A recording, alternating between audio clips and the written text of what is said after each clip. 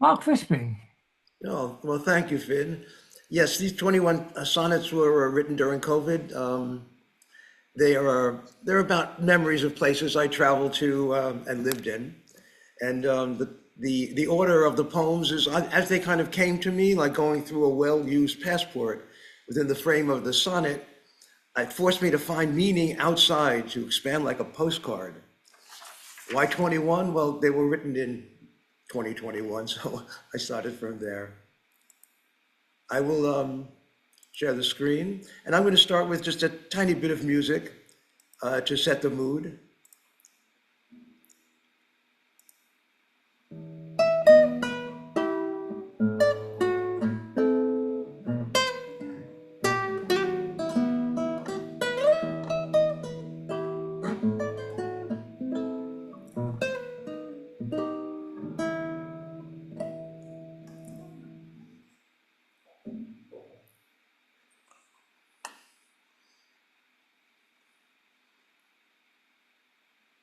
Australia, Tasmania. Let me get this off. 1992. I drove without passing a car for miles as shadows grew in the darkening night. A wallaby jumped over the hood in a fright and in an instant was splattered on the roadside. Now, I never killed a wallaby or anything wild. Can it be I traveled round the world to end its life? There was blood on the windshield, blood on the tires, evidence of a brutal act, or perhaps a suicide. Why such a stupid death, such a terrified pose? What coaxed it out of its home, which knows no black surface where nothing grows? Now it is fodder for the vultures and crows, like a martyr who dies the way of saints, and innocence shunned at heaven's gates.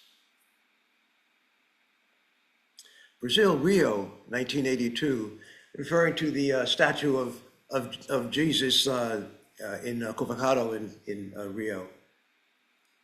From sun decks above a pink charisma, the Atlantic sprays its moist perfume on the chiseled bodies of Ipanema. The samba sounds begin to bloom on mosaic paths adorning Rio, to the costume balls on Covacado. We bartered our souls to the soro drum, initiates to saudade and coração. Oh, carnival, that delirious fantasia of painted bodies and masks of glitter. What nights of flesh and rock cocaine dancing to dawn in erotic parades, far from the stink of the favelas, under the open arms of the Redeemer.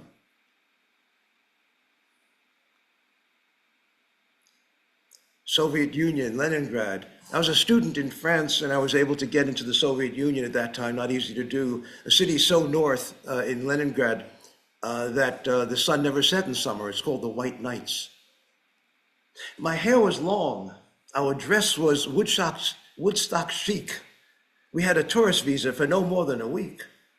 They stared at us with shock and disbelief, a pair of New York hippies on the street.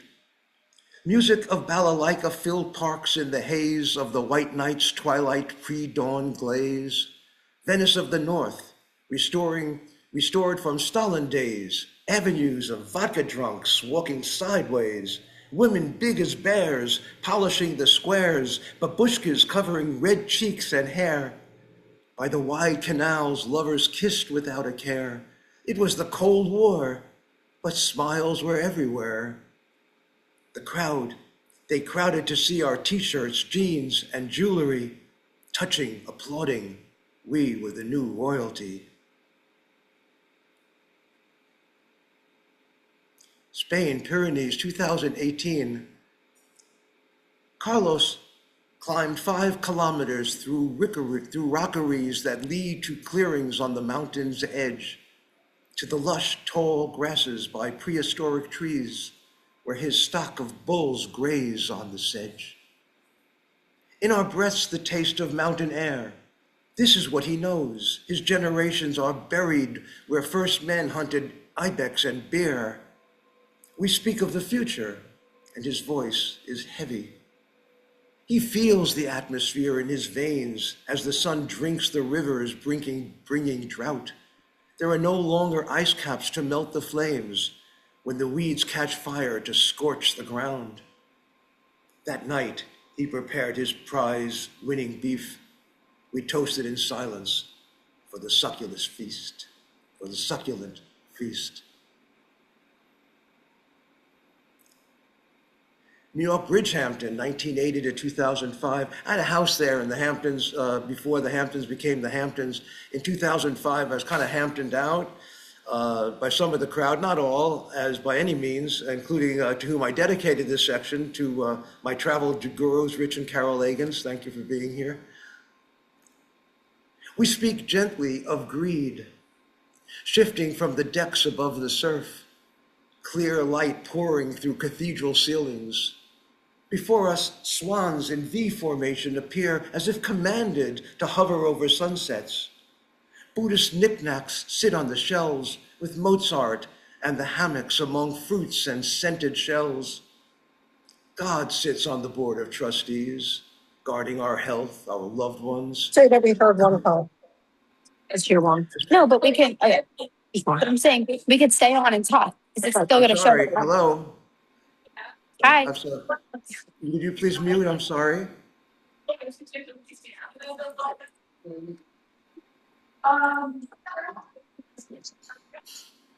God sits on the board of trustees, guarding our health, our loved ones, as we commiserate the end of waving off ennui to the setting sun, the best and blessed among us, barons of crime, staring at our watches, keeping imperfect time.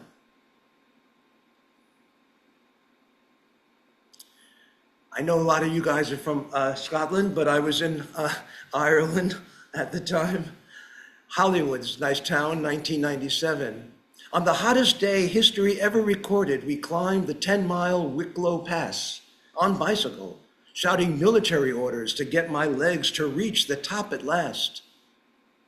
Then the whistling of descent for an hour to sea level, to Hollywood, a scenic town with the most perfect pub ever found. We had a pint, or maybe three, a malted brew that tasted of mother's milk with a kick of hops. We were stewed and our biking screwed. Soon the bar filled up like a local saloon, and all I remember from then on were the toasts to us and to heroes past who descended from the Wicklow Pass.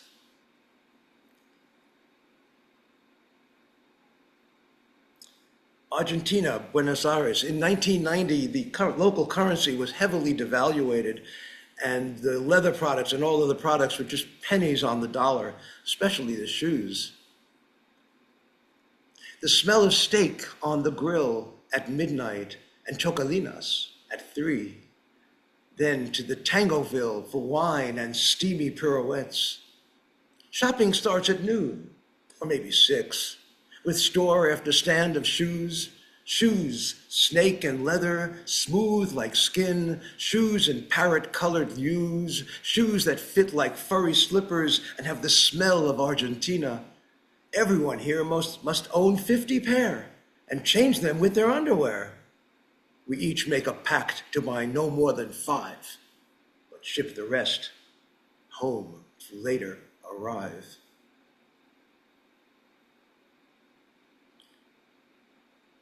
Italy, Como, 1975 to 2005. My father's found paradise, Lago di Como, that kingdom where privileged celebrities go, sipping wine on the ferry from the villa to the discount push carts in the medieval plaza. There he bought the trinkets and perfumes to bear as gifts or stage in our living room. He was raised so poor in the slums of depression. It was here my father found all consolation, returning each summer for 30 years for the dazzling 4th of July celebrations, when fireworks and water skiers salute the Americans in Elysium. Each man finds his definition to be his way to declare, no one's better than me.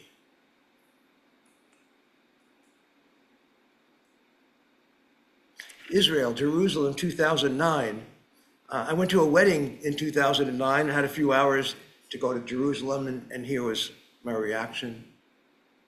Tourist buses with pilgrims seek promise of redemption in this city of barricades.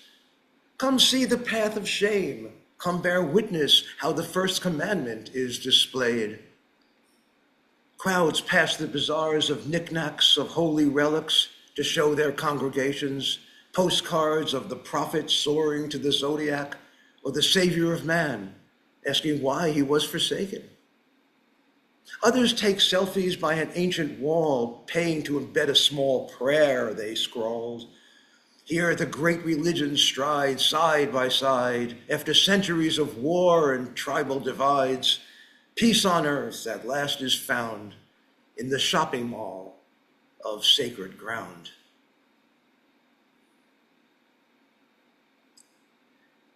Pakistan, Karachi. I was a screen printing. My career was in screen printing and dyeing, and I went to Karachi as a consultant for a Walmart supplier. And what I saw there was also very common in India, of course. Adorned as tapestries or magic carpets, cars, trucks, three-wheeled taxis, mule-drawn buggies, and camel-driven carts converge in the dust and smell of diesel, parading in the traffic like an art museum. The curbs are filled with refuse and goats, crowds with bare feet soiled from the dusty slum of this metropolis, so massive and remote. Here vehicles are tattooed end to end in crafted sections like a Versailles ceiling, with trims of lace and embroidered metals enameled with ornaments for a king. I forgot the squalor and became a boy who discovered a world of carriage toys.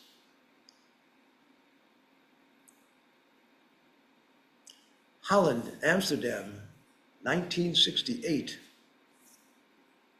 Lying in sleeping bags in the great student hall, Korda's Thief of Baghdad was projected on the wall. We were the long-haired tribe of youth, Europe on $5 a day, and counterculture truth. We spoke of love in the common speech of acoustic guitars and pipes of hashish, how we would alter the course of history which made the world bare of dreams. Oh, so tolerant the Dutch in their formal ways, smiling upon us in those errant days, indifferent to the drum beats in the parks. They let the hippies do their dance in the dark. That was long ago. They knew it wouldn't last. They were young once, and we grow up fast.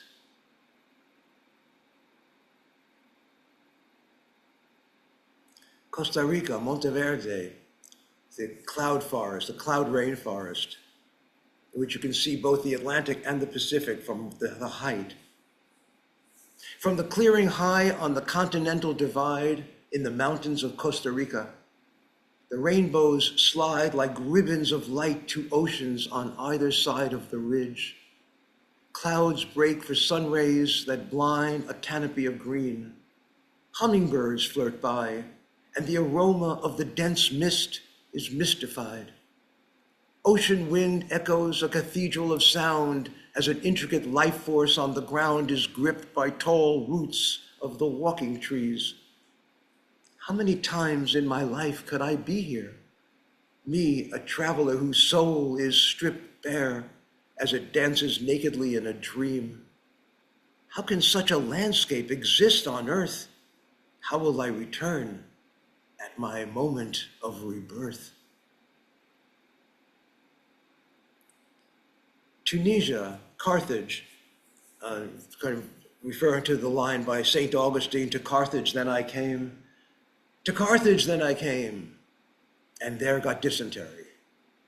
I was led to a local clinic on a hill overlooking the ruins and maze of Medinas, wearing a tourist jalaba, feeling very ill, squatting among the usual emergencies, broken limbs, childbirth, knife fights, disease, women in hijabs with teeth painted red, men in gray robes, turbans on their heads.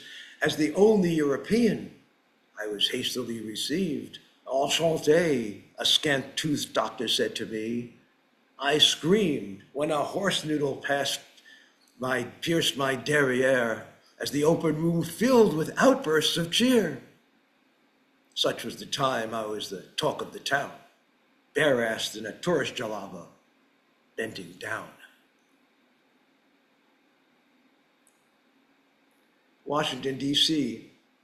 I lived in D.C. for a couple of dozen years, where the book was written. Trump was president for a year, but the carnival was just beginning to be felt. Here on the Hill, it's like a southern town, with porches of gabled charm and restoration. Birds in the thousands gather round and chatter on the politics of migration.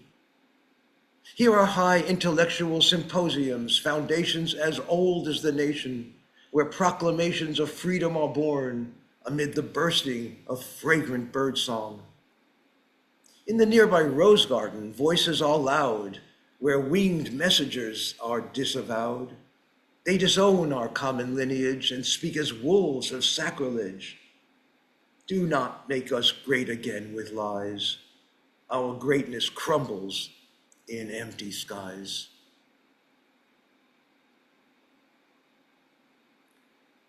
France, Paris, 1968 to 1972.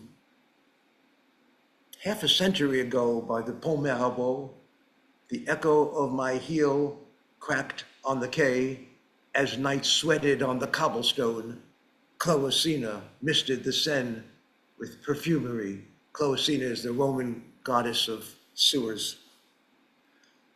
I had escaped an America ruled by insolence, of an insipid bourgeois cheerfulness, to where fat cigarettes scent the air with smoke rings in praise of Apollinaire. But you cannot become French, mes amis. Write your poems of poignant elegance. You are invited to dream of decadence, but leave when the bank account is empty. La Bohème has its joys and strife. Then go home. Go live your life.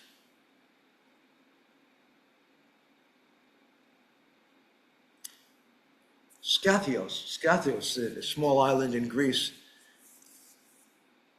We lay naked on an isle of caresses as the moon rose with luminescence, filling the horizon of the Mediterranean like a giant globe of phosphorescence.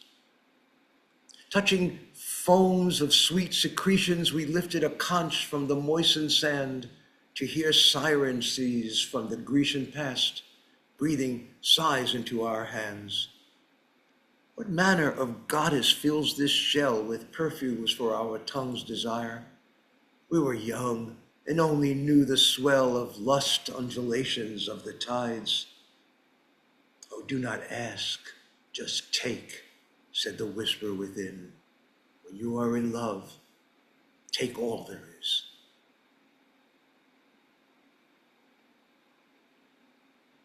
Namibia, which is a very dry country on the southern west coast of Africa, Etosha National Park.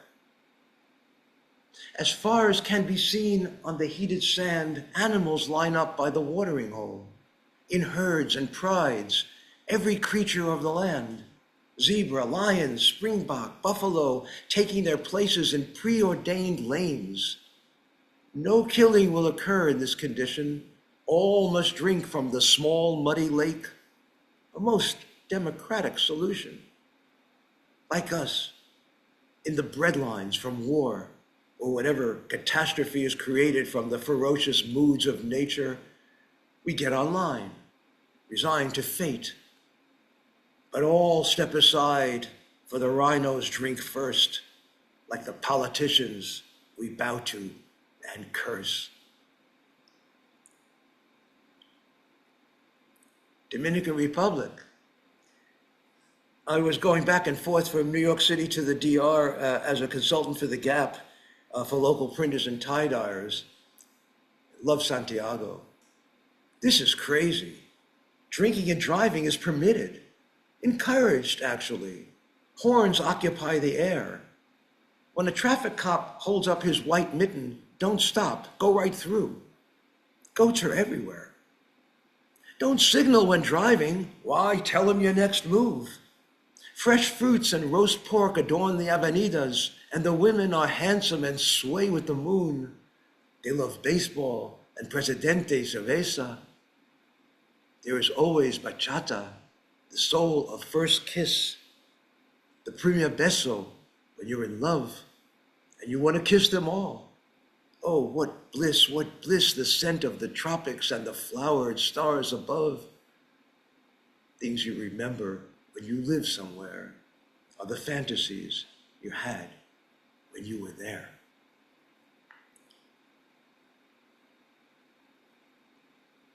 Tanzania, Nemba. Nemba is a tiny island off the coast of Zanzibar, less than half a mile square. It's a resort for snorkeling and with a dozen tents. And it has on them a whole bunch of pudu, the world's smallest deer, really just size of a soccer ball like that. They're very friendly. It is the hour when tortoise eggs unlatch from the deep burrows dug long ago. The gulls arise, iguanas smell the catch as the hatchlings appear as Play-Doh in hundreds, slapping on the chalky shoal in a blind and desperate sprint to a wave. So many are snatched and eaten whole to the squalor cries of a feeding rage. Our guide bids we dare not intrude and be as the indifferent pudu, but a few will reach the open seas to become giants that last a century, escaping our ships with reckless nettings, filling up to bring our dinner settings.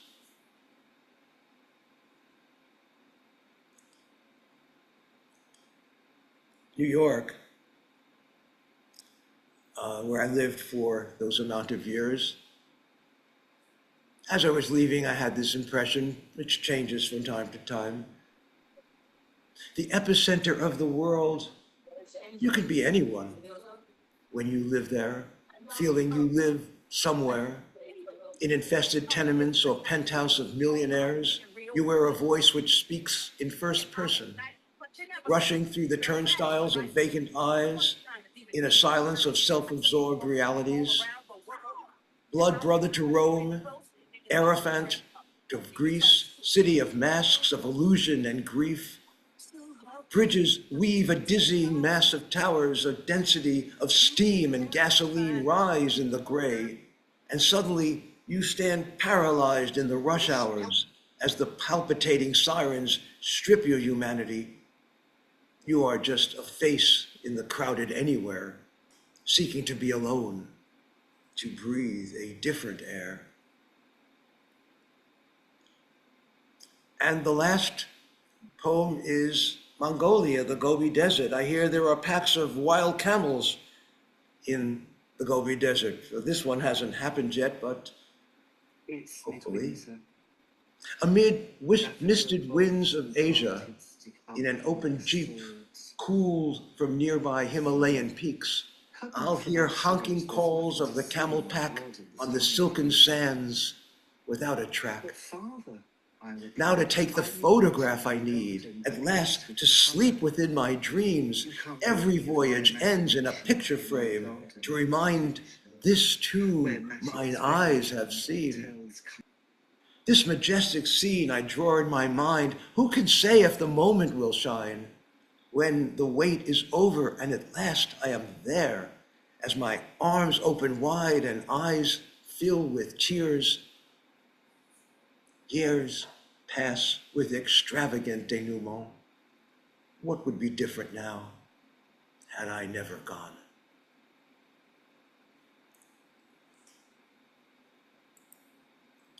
Thank you. Wow. What a fabulous travelogue that was. Some of the places